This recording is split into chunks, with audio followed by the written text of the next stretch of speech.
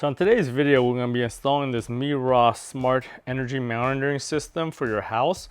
So this thing is a system that goes inside your panels. You've got current transformers that go on any circuit that you need to go to or you want to monitor. And it has an app interface that monitors and logs all your energy conservation and energy usage in your house. For this particular system, it's not necessarily DIY, but it is pretty simple to install.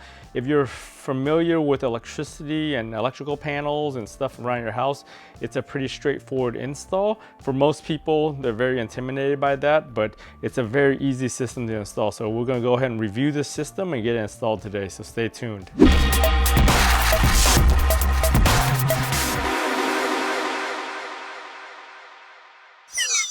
So as far as what comes in the kit, it basically comes with everything you need to do the install, including a Wi-Fi antenna that's supposed to be mounted on the outside of the panel. This thing does have plenty of slack on it, depending on how far you need to put it. If you have good Wi-Fi coverage like I do in my garage and throughout my house, this should be able to go inside the panel. And for my install, just leave it inside the panel. It comes with this wire harness right here that basically plugs to all your different phases, the A and B phases. There's 4 wires. Each one of them go to the A or the B side of the panel, and then the white goes to your neutral for the power. So you're going to go ahead and install that. It comes with these jumpers and a couple of plugs for any of the holes that you don't end up using on the actual controller, and the jumpers to go into the breaker to power that guy right there. The actual controller itself comes with that plug right there for the Wi-Fi, the 2 microphone or headphone type jacks right there for the CTs, and then the 16 inputs and outputs for the CTs and everything for the actual circuits that you're going to use. So pretty basic system here. There's a little reset button on top, I think, that you push to either connect to Wi-Fi or reset it based on setting it all up. You've got the CT here for the mains that are coming in. Usually these are the larger black and red wires that come into your panel from the utility meter or from your main panel outside. And then you've got the K to L direction. That's the direction of the current. So you always want to put it basically from the meter into the load that you're going into. So you just got to pay attention to that. Your smaller CTs are basically the same as the large ones. They're just tinier for your smaller circuits.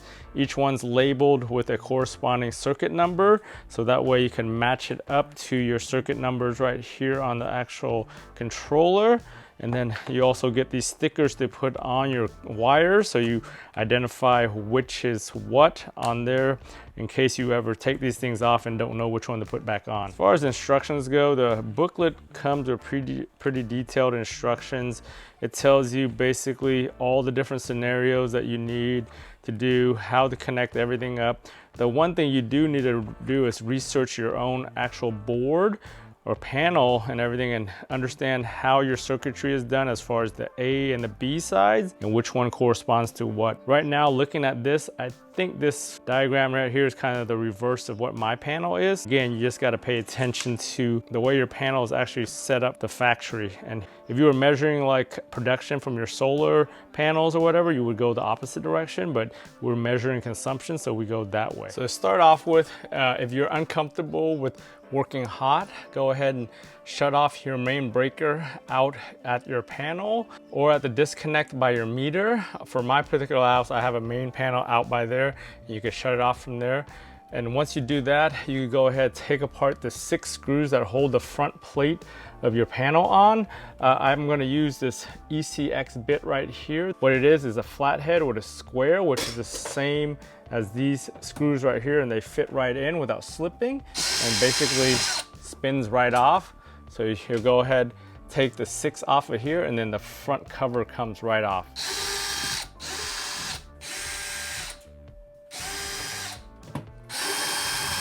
Make sure you support the thing with the last one, and then basically lift it off, and it comes right out.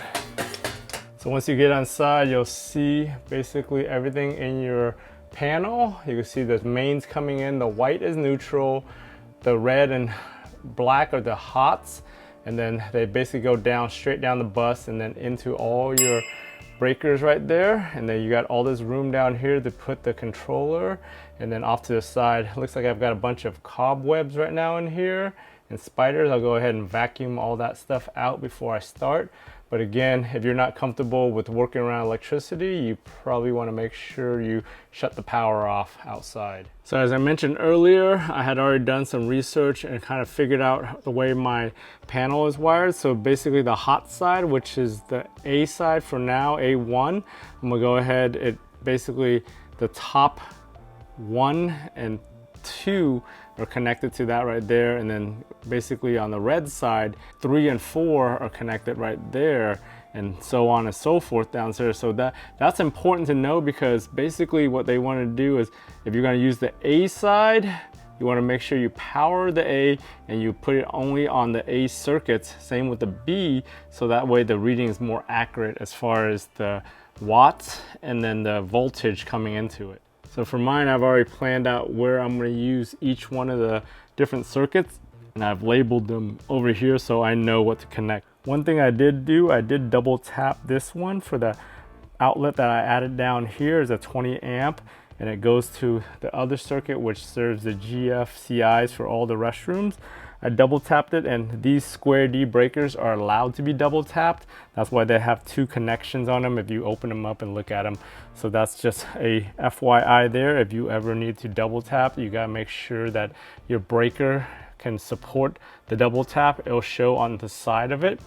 Pretty much other than that, everything else on this side, these are pretty much all GFCI breakers, which were all a requirement of NEC, I believe 2018 and on. So they basically required that, and a lot of builders ended up doing it before it was required. So over here you'll see all the neutrals are on that bus on this side, which is the left.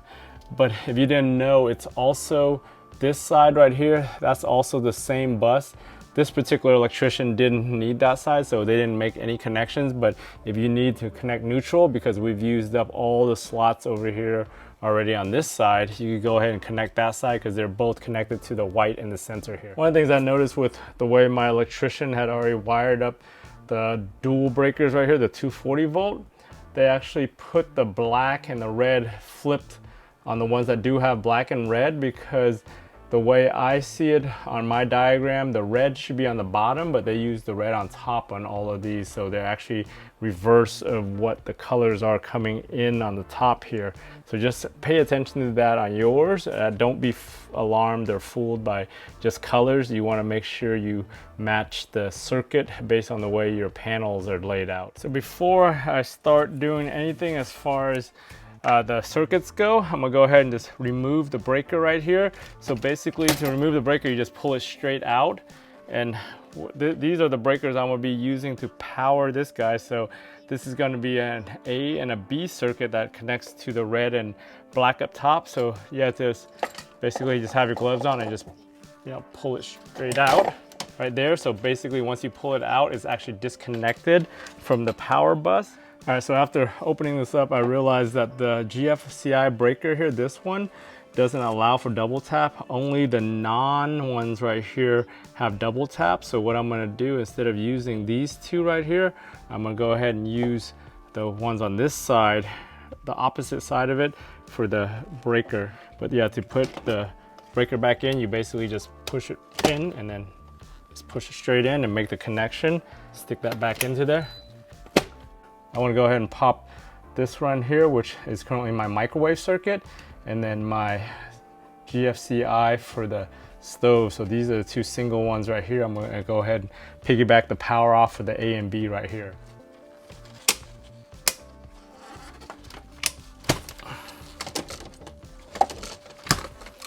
So I'm going to go ahead and use the little black jumpers I came with. You want to basically twist these things together right here. Use one of the wire nuts that comes with, and make sure that these things are tight and everything's good there. And then we're going to go ahead and get this end into the actual breaker to get it power. Put this, so on this side I have the A and the C leg right there, which is the blue and black wire. Go ahead and get those in there, twist it, make sure it's firmly in there and it's holding well. I also have the white wire, which I have to put onto the actual, so the neutral bus up top. So to get the neutral bus in, make sure that you have one of these right here loosened up and ready to go for the neutral. So just go ahead and turn it. It's gonna be pretty tight, so I'm gonna go ahead and get all the way down just to make sure it goes. Back it out a little bit.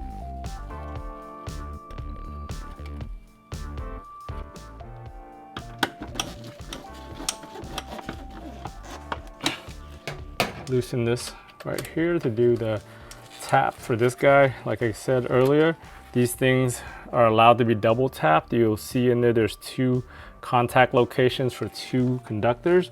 Go ahead and get it in here, both cables. This one, I'm gonna do the B leg because this is the B side. Get it into there, tighten this thing down. Again, you wanna make sure you torque it or you get it nice and tight.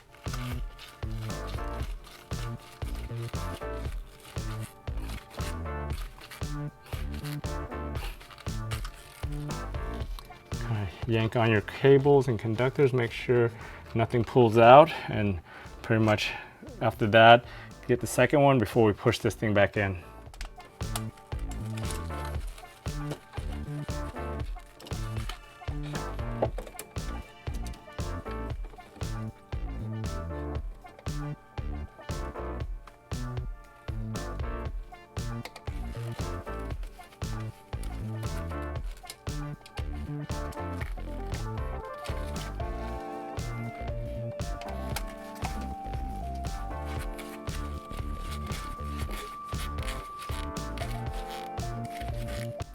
So as you can see right there, nice and tight, both cables. Make sure it doesn't rotate or vibrate loose. So that's good right there. Next thing we do, we'll go ahead and pop these things back in. Go ahead and just line it up, push it straight in. Line this up. Oop.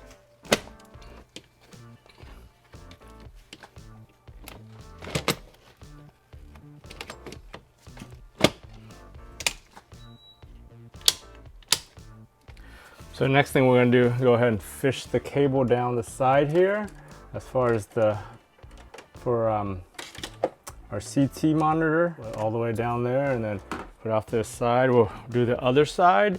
The other side is gonna be a little bit harder just because of all the crap in the way. First thing you wanna do is go ahead, check your direction of your current. So you want the K to the L as far as the direction. Go ahead and pop that off. Go ahead here, go around that guy, and just basically clamp it on.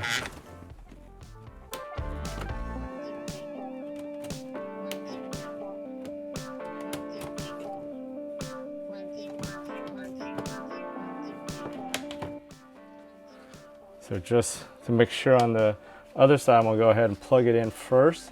So that way we have it in there. We'll go ahead, connect power to this thing just so it's all working. So again, go ahead and just pop this guy loose.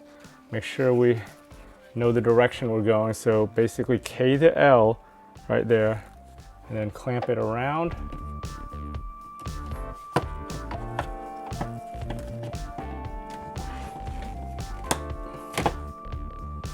So those two pretty much get the main power.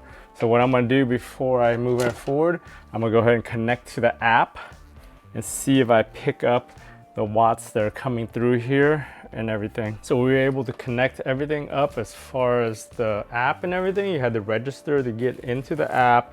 Once you register, then you can add the actual controller. You'll see it pretty quickly. You basically have to add Wi-Fi to it to get the Wi-Fi to connect to your local network. Once you do that, you can log in and kind of see the energy consumption that we're having right now, just basically looking at the main. So one side right now is about 4,000 watts. The other side was 3,000. So it's a little bit imbalanced just because, you know, the 240 volt versus 120 side of the house. Overall, looks good. So we'll go ahead now, get back into here and reconnect all the circuits the way I had set it up so I can monitor everything as I need to based on the layout that I did. So you see I made the first few connections. The AT A2 and A3. It gets kind of tight in here, so like that first one I actually had to do it a little bit upstream of where the cable comes into there, but that still measures it perfectly. Right here we got some room, so but as we work our way closer and the ones that we have right next to each other, yeah, we have to find creative ways to get those CTs to kind of fit in here properly and also have the panel close properly. So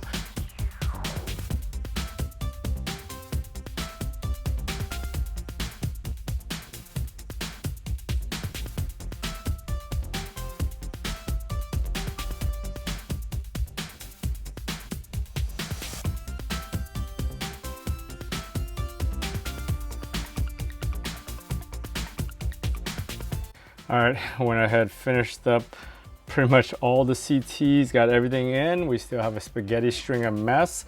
I'm gonna go ahead, clean this all up nice and neat with zip ties and just proper wire management. Go get all this stuff tucked away cleanly at the bottom, and we'll see how this thing looks after that. Damn it, I should have checked this before I went too far, but it looks like I didn't pay attention and I didn't realize that the current is coming out of these breakers, not going into these breakers. So right now I've got them all reverse. So now I gotta go through all 16 of these and flip them. What a pain in the ass. So pretty much got all the wire management cleaned up, put some Velcro and everything down here just to keep it clean. The only problem I've got now is I don't have enough space on the bottom here to get this stupid cord right here that has that basically little plug right here properly done. So that's getting in the way. The Wi-Fi antenna is also in the way. All right, we ended up figuring out a solution. So I ended up tucking it that direction back in the corner. So now I've got clearance for those two cords. I've got room for all my wire management behind here. And then I actually used that extension that we had here for the Wi-Fi antenna and just went ahead, put it up top away from all the electromagnetic fields and everything that are around the actual panel. So that way at least it could get a little bit better reception up there. So pretty much everything's good. I'll do some final wire management just to get everything nice and organized and as OCD as I like it, and then I'll get this thing all put back together. Other than that, pretty complicated and hard. I mean, most people probably wouldn't be doing all this, especially live like I did. I know some of you guys are gonna kind of gawk over me leaving the power on, but I've done this before and on my other videos, and you guys left a bunch of comments about working around live wire, but pretty much got out safe and everything's working properly. So I got the app up and running and I was just playing around with it, checking all the wattages and voltages and amperages. I renamed all my circuits to match all the rooms in my house so I know what's going on. I started just kind of playing around with the trending data, and one of the things I realized was that my wattages on the 240 volt circuits didn't look right. And then I found out the reason is because I'm only measuring one leg and it's only measuring it at 120 volts. The problem is the current that goes through the leg, it actually goes into one leg and out the other leg, so that current is the same. What happens is power is measured P equals IV, right, which is current times voltage. So at half the voltage that it's reading, it's only giving me half the watts. So to fix that, what you have to do is just go into the settings.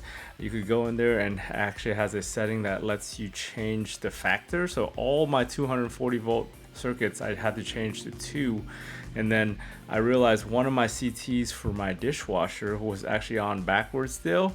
Instead of taking everything apart, you could actually just reverse that number by using a -1 factor, and it just reverses it. All right, we went ahead, put everything back together, got everything working. I checked all the wattages and everything works good. So if you guys found this video useful, give it a thumbs up. If you haven't subscribed to my channel to stay on top of all my different DIY videos, go ahead, subscribe to your channel, turn on bell notifications to get notified every time I upload a video. For all these different projects, if I can do it, you guys can do it. I want to thank you for watching, and I'll talk to you guys next time.